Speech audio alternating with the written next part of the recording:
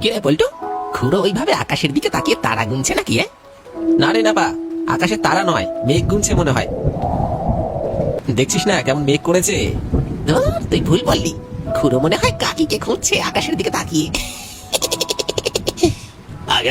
ঢামনাগুলো বসে বসে আমাকে নিয়ে আর কি করা হচ্ছে, দেখতে পাচ্ছিস না আকাশের কি অবস্থা? খুড়ো অত ভয় পাচ্ছ কেন গো?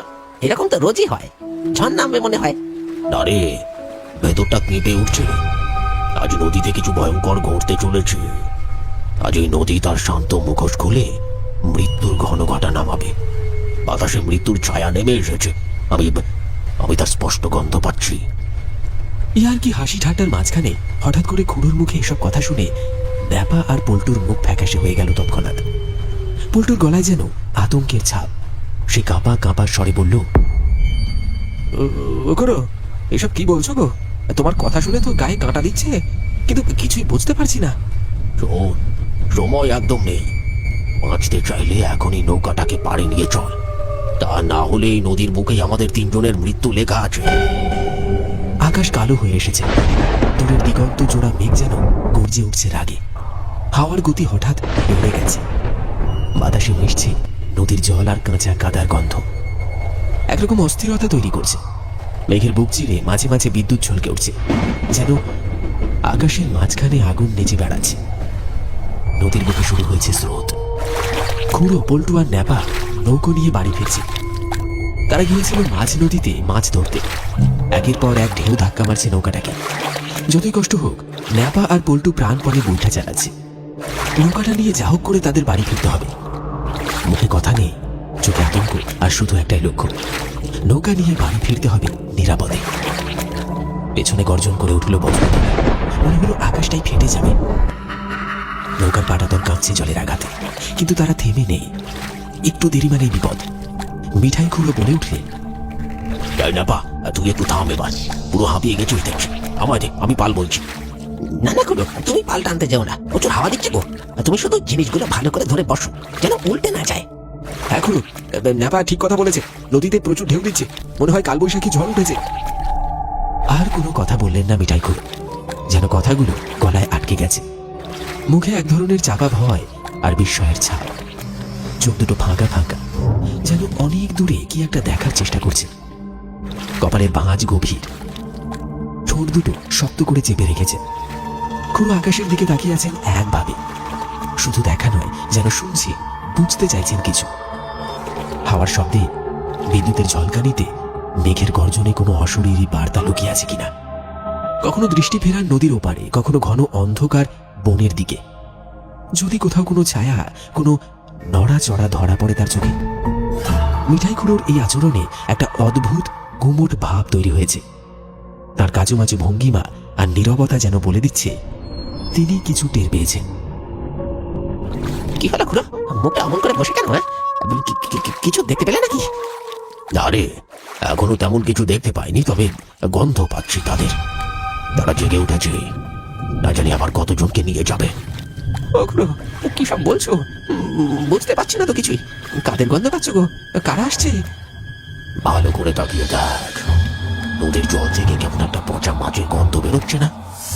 আর নদীর নীল জল কেমন কালো হয়ে গেছে। নদীর জল হঠাৎ করে কালো হয়ে গেল কিভাবে গো? একটু আগে পর্যন্ত তো সব ঠিকঠাক ছিল। এসব কি হচ্ছে খুড়া? এখন গল্প বলার সময় না, মাছতে যদি চাস তাহলে প্রাণপণ নৌকা পাল্টা। খুড়োর কথা শেষ হতেই ন্যাপার মুখটা কেমন যেন ফ্যাকাশে হয়ে গেল। জল শুকিয়ে গেল ঠোঁটে, আর কিছু বোঝার বাকি রইল না তাদের। চারপাশের বাতাসও যেন এক নিমেষে ভারী হয়ে উঠল। নদীর জলের গা থেকে যেন ধোঁয়ার মতো কুয়াশা উঠছে। গা ছমছমে এক অনুভূতি ছড়িয়ে পড়ল নৌকার চারপাশে। ঢেউগুলো শান্ত নয়, অস্থিরভাবে ধাক্কা মারছে, যেন কোনো এক নৌকার গায়ে, যেন কোনো এক অদৃশ্য শক্তি ওদের টেনে নিচে নামাতে চায়। খুড়ো, পল্টু, ন্যাপা, কারোর মুখে কোনো কথা নেই। মনের মধ্যে তখন হাজারটা প্রশ্ন একসাথে তোলপাড় শুরু করেছে। কি হতে যাচ্ছে? এমন অস্বাভাবিক আচরণ কেন? সেই চিন্তার ভিড়ে হঠাৎই কড়কড় করে একটা তীব্র শব্দ কানে ভেসে এলো। মুহূর্তের মধ্যে অগ্নি বিদ্যুৎ খেলে গেল আকাশ জুড়ে। সেই আলোয় কয়েক সেকেন্ডের জন্য গাছের ছায়া, নদীর ঢেউ আর মানুষের মুখগুলো যেন জ্বলে উঠল, আবার নিভে গেল। সর্বনাশ, ওই শুরু হলো শয়তানের নির্মম খেলা। না জানি এবার কতজন প্রাণ হারাবে, কত ঘর অন্ধকারে ঢেকে যাবে চিরতরে। এবার কি করো? এই মাছ নদীতে প্রাণে মরবো নাকি? অত ভয় পাস না, আমি যতক্ষণ আছি তোদের কিচ্ছু হবে না। তোরা পাল্টান, আমি ওদের আটকাচ্ছি। খুড়ো, এসব কি হচ্ছে? কিছু যে মাথায় ঢুকছে না গো, একটু ভালো করে বলো না ব্যাপারটা। সব বলবো, তার আগে তাড়াতাড়ি পাল্টান, নৌকাটা পাড়ে নিয়ে চল। তারা চুপচাপ পাল বইতে লাগলো। সেই থমথমে নিস্তব্ধতায় মিঠাই খুড়োর আচরণ আরো রহস্যময় হয়ে উঠল।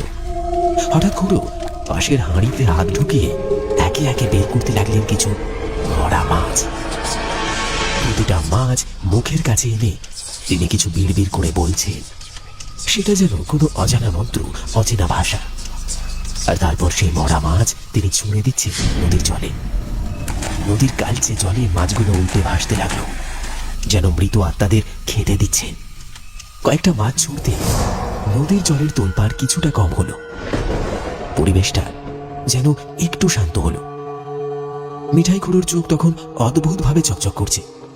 ন্যাপা আর পল্টু বাকরুদ্ধ, তারা তাকিয়ে আছে সেই অদ্ভুত দৃশ্যের দিকে।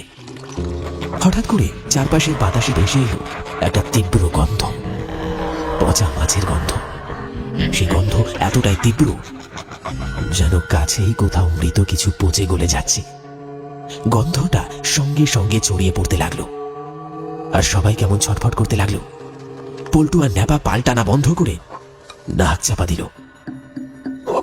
একই মিষ্টি গন্ধ গো, দম বন্ধ হয়ে আসছে যে, মরে যাবো যে। আর একটু সহ্য কর, তারপর সব ঠিক হয়ে যাবে। আর যে সহ্য হচ্ছে না, বুকটা কেমন ধরফর করছে। ও খুড়ো, কিছু একটা করো। আমার যা করার ছিল আমি করেছি, এবার সব ভগবানের হাতে। তোর গামছাটা চাপা দে নাকে, আর চুপ করে দেখ, ওই দেখ। খুড়ো ইশারা করে থমথমে মুখে হাত দেখালেন নদীর জলের দিকে। চারপাশ নিস্তব্ধ, কেবল জলের গম্ভীর গর্জন শোনা যাচ্ছে। কালচে সবুজ ঢেউয়ের নিচ থেকে এক এক করে উঠছে অদ্ভুত বিকট আকারের জীবগুলো।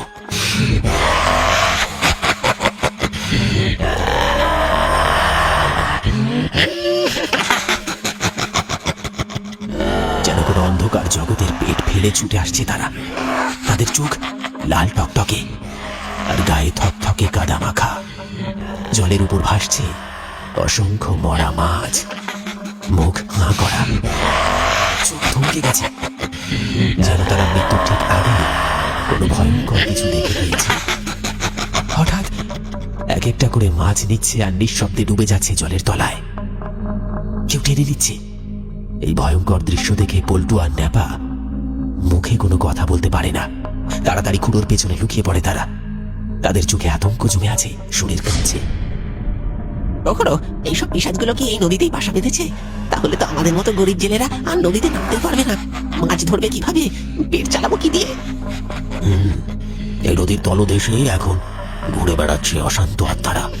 বহু বছর আগে ডুবে যাওয়া প্রাণ, যাদের অন্তিম মুহূর্ত ছিল এই নদীর বুকে। ওরা নিঃশব্দে লুকিয়ে আছে জলের গভীরে।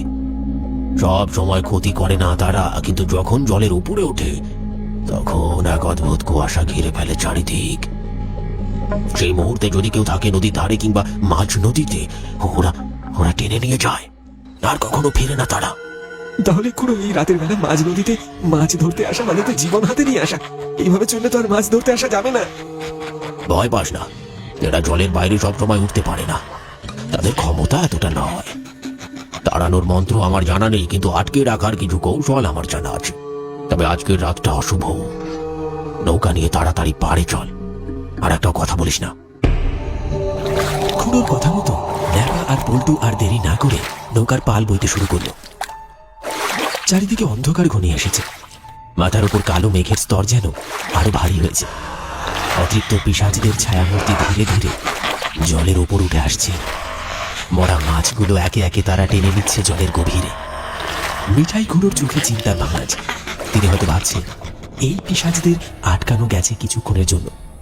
পরিবেশ কিছুটা শান্ত হলেও বাতাসে এখনো সেই তীব্র পচা গন্ধটা মোমো করছে। খুড়োর মন্ত্র শক্তির জোরে সেসব পিশাচদের কিছুক্ষণের জন্য শান্ত করা যাচ্ছে।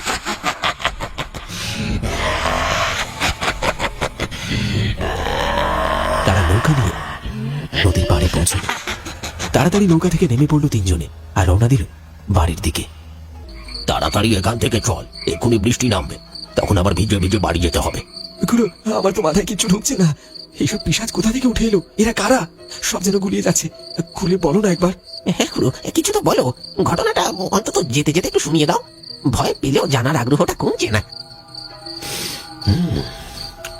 এসব কথা চট করে বলা যায় পল্টু? যেটুকু দেখেছিস সেটুকু তো আসলে শুরুর ছোট্ট ঝলক মাত্র। কাল বরাবর তলায় আড্ডায় বসে বলবো সব। কাল নয় খুড়ো, এখনই বলো। ছোট করে হলেও কিছুটা বলো। আমাদের বুকের মধ্যে তো আগুন জ্বলছে। গল্প করতে করতে সবাই বাড়ির পথে রওনা দিয়েছিল ঠিকই, কিন্তু ন্যাপা আর পল্টুর মনটা একেবারে অস্থির। নদীর মধ্যে যা ঘটেছে তার ব্যাখ্যা তারা কিছুতেই খুঁজে পাচ্ছে না। অন্ধকার নদীর বুকে হঠাৎ করে জেগে ওঠা পিশাচেরা, মৃত মাছের গন্ধে ভারী হয়ে ওঠা বাতাস, সব যেন দুঃস্বপ্নের মতো। তিনজনেই হাঁটতে শুরু করেছে তখনই। আকাশে কালো মেঘের আনাগোনা। হঠাৎ বিদ্যুতের ঝলকানি পুরো আকাশ বাতাস কাঁপিয়ে দিল। এক মুহূর্তের জন্য চারপাশ ঝলসে উঠল, আর তারপর নামলো ঝমঝমিয়ে বৃষ্টি। সর্বনাশ! যেই ভয়টা পেয়েছিলাম সেটাই হলো। এবার গিয়ে জলে ভিজে ভিজে বাড়ি যেতে হবে। ওই দেখো, দূরে একটা ছাউনি করা মাচা দেখা যাচ্ছে। চলো এখন ওইখানে গিয়ে মাথাটা বাঁচে। বৃষ্টি থামলে না হয় বাড়ির দিকে যাওয়া যাবে। হ্যাঁ খুড়ো, পল্টু ঠিক কথা বলেছে। আর এই তাহলে তুমি বরং পুরো ঘটনাটা খুলে বলতে পারবে। চলো চলো। তারা ছুটে গিয়ে আশ্রয় নিল সেই মাচার তলে। মাচার উপর সবাই যে যার জায়গা করে বাগিয়ে বসলো গল্প শোনার জন্য। পুরো গল্প বলার আগে একটা বিড়ি ধরিয়ে নিয়ে তাতে বেশ কয়েকবার লম্বা লম্বা টান দিতে লাগলেন খুড়ো। তারপর এক মুখ ধোঁয়া ছেড়ে গলা চুড়িয়ে বলতে শুরু করলেন,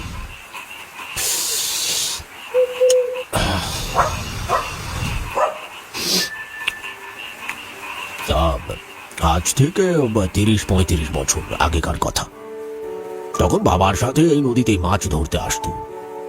এইরকমই বর্ষার এক রাতে আমি আর বাবা মাছ ধরে বাড়ি ফিরছি। আকাশ কালো মেঘে ঢেকে গেল।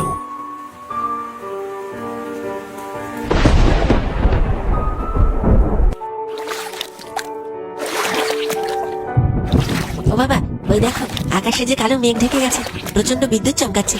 এবার কি করব? তুই সরে আয়, জিনিসগুলো ভালো করে ধরে বস। আমি পাল বইছি, আর একটু গেলেই নদীর পাড়ে পৌঁছে যাব। তারপর বাবা পাল টানতে লাগলো। আমি নৌকার উপর বসে মাছের হাড়ি, জাল আর অন্যান্য জিনিসগুলো ধরে বসে আছি। ঘুমট ভাবটা কেটে ঝোড়ো হাওয়া বইতে শুরু করলো। আকাশে প্রচন্ড বিদ্যুৎ চমকাচ্ছে, সাথে শুরু হলো বৃষ্টি। যা হোক, তাড়াতাড়ি করে নদী পাড়ে পৌঁছে আমি আর বাবা নদী পাড়ে ওই বট গাছটার নিচে দাঁড়িয়ে আছি। দেখলাম বাকি জেলেরা যারা মাছ ধরতে গিয়েছিল তারাও নৌকা নিয়ে বাড়ি ফিরছে। সব মিলিয়ে গোটা 10টা নৌকা আসছে। কি হলো খুড়া, তোমার চোখে জল? কাঁদছো কেন? সেদিনের কথা মনে করলেই এখনো চোখ ফেটে জল আসে। কেন খুড়ো, কি এমন ঘটেছিল যার জন্য তোমার চোখে জল আসে? তারপর দেখলাম চারিদিক কাঁপিয়ে পরপর বজ্রাঘাত করতে শুরু করলো। যেন অকাল মরণের খেলা শুরু হলো। চোখের সামনে যারা নদীতে নৌকা নিয়ে বাড়ি ফিরছিল সবকটা নৌকাতে বজ্রাঘাত হলো। নিমেষের মধ্যে নৌকাগুলো দাউ দাউ করে জ্বলে উঠল। আর তারপর নদীর জলে নৌকাগুলো ডুবে গেল। তাদের মৃত শরীরটাও দেখতে পাওয়া গেল না। খুড়ো, বৃষ্টি থামতে কেউ জলে জাল ফেলেনি? তাহলে তো শরীরগুলো পাওয়া যেত। সেই চেষ্টা করা হয়েছিল। বেশ কিছু জনের শরীর খুঁজে পাওয়া যায়, আবার বেশ কিছু জনের শরীর খুঁজে পাওয়া যায়নি। তখন থেকে এরকম বর্ষার দিনে নদীর তলা থেকে রাত হলেই ওরা উঠে আসে, অপূর্ণ আত্মা, অতৃপ্ত খিদে নিয়ে। মাছ নয়, আত্মা খোঁজে তারা। ন্যাপা আর পল্টু থমকে দাঁড়ায়, আর তখনই বিদ্যুতের এক লম্বা রেখা ছুঁয়ে গেল তাদের পাশের গাছটাকে। গর্জে উঠল বজ্রধ্বনি, আর সেই শব্দের ফাঁক দিয়ে তারা শুনতে পেল দূর থেকে ভেসে আসছে একটা মর্মান্তিক আওয়াজ।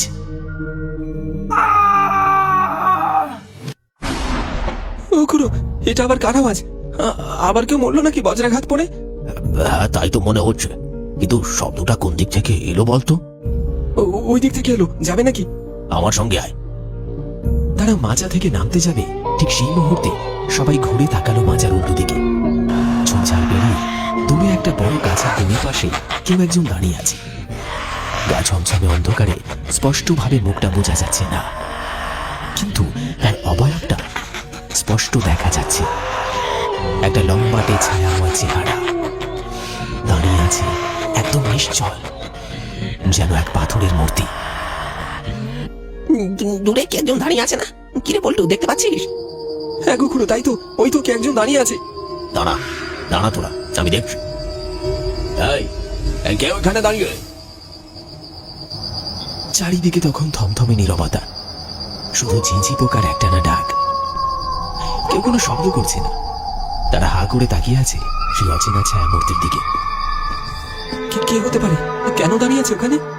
তাদের বুকের ভেতরটায় ধক ধক করছে, যেন কোনো অজানা অশরীরী শক্তি ঠিক ওখানেই লুকিয়ে আছে। ন্যাপা বলে উঠল, ওখানে দেখে তো মনে হচ্ছে ওই ওই পাড়ার ভম্বল। ও এত রাতে এখানে কি করছে? আমারও তাই মনে হচ্ছে, কিন্তু ও বেটা ওইখানে দাঁড়িয়ে কি করছে? এখানেই থাম তোরা, ওদিকে এক পাও যাবি না। ব্যাপারটা ভালো করে বুঝতে দে আমায়। খুড়োর মনটা কেমন যেন কুঁকড়ে উঠল। মনে হলো অচেনা কোনো বিপদ যেন ঘাড়ের উপর নিঃশ্বাস ফেলছে।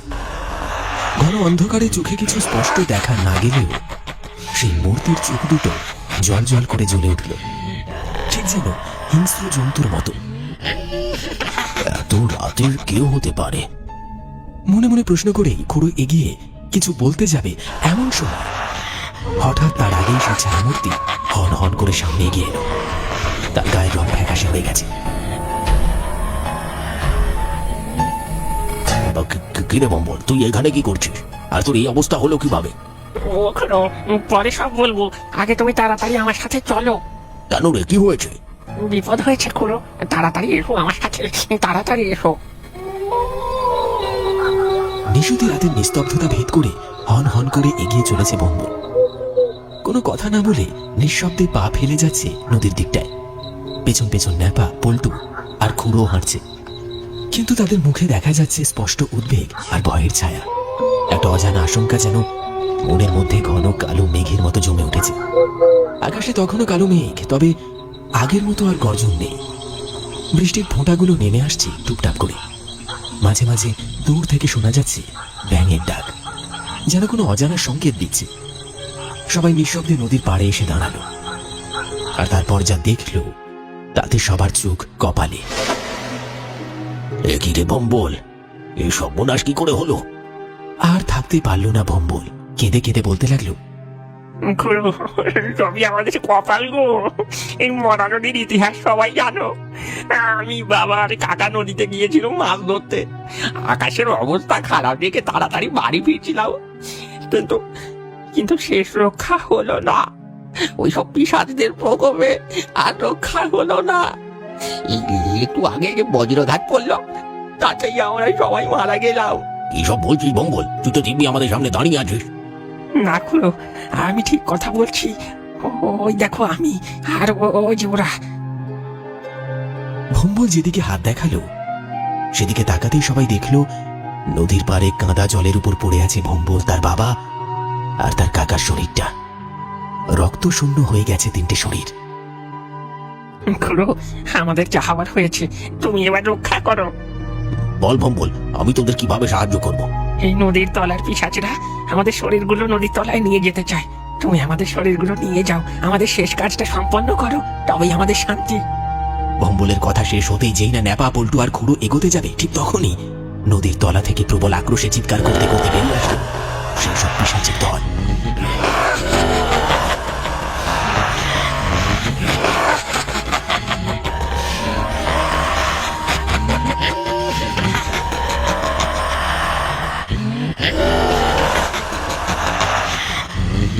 খুড়ো, ওরা আসছে, আমাদের রক্ষা করো, আমাদের মুক্তি দাও খুড়ো। ভয় নেই ভম্বল, তোকে আমি বাঁচাতে পারিনি, কিন্তু এই পিশাচদের হাত থেকে তোদের অবশ্যই রক্ষা করব। কথা শেষ করেই খুড়ো এগিয়ে গেল নদীর পাড়ে।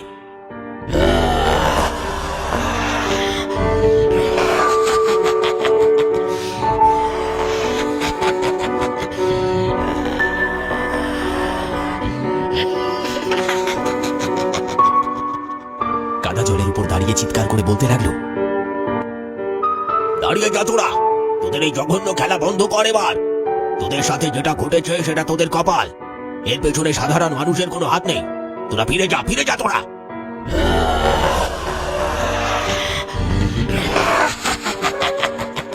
খুড়োর কোনো কথাই যেন তাদের কানে গেল না। গর্জন করতে করতে জলের তলা থেকে উঠে আসছে তারা। ন্যাপা আর পল্টু নদীর পাড়ে দাঁড়িয়ে সেই দৃশ্য দেখছে। আমি শেষবারের মতো বলছি, দাঁড়িয়ে যা তোরা, নয়তো পরিণাম ভালো হবে না। খুড়ো বারবার থেমে যেতে বলছেন সেই সব পিশাচকে। খুড়ো বাধা দেওয়া সেই পিশাচ খুব রেগে খুড়োর দিকে এগিয়ে আসে।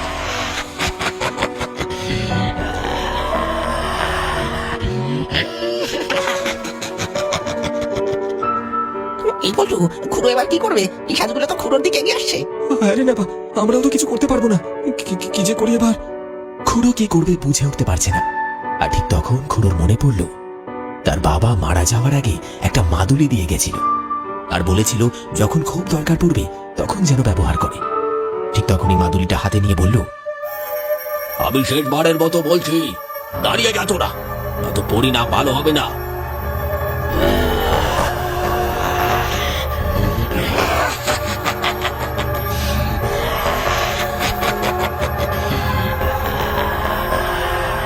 বারণ করা সত্ত্বেও খুড়ো যখন দেখলো সেই পিশাচ থামছে না, তখন খুড়ো মাদুরিটা ভেঙে ফেলল আর বেরিয়ে এলো খানিকটা ধুলো।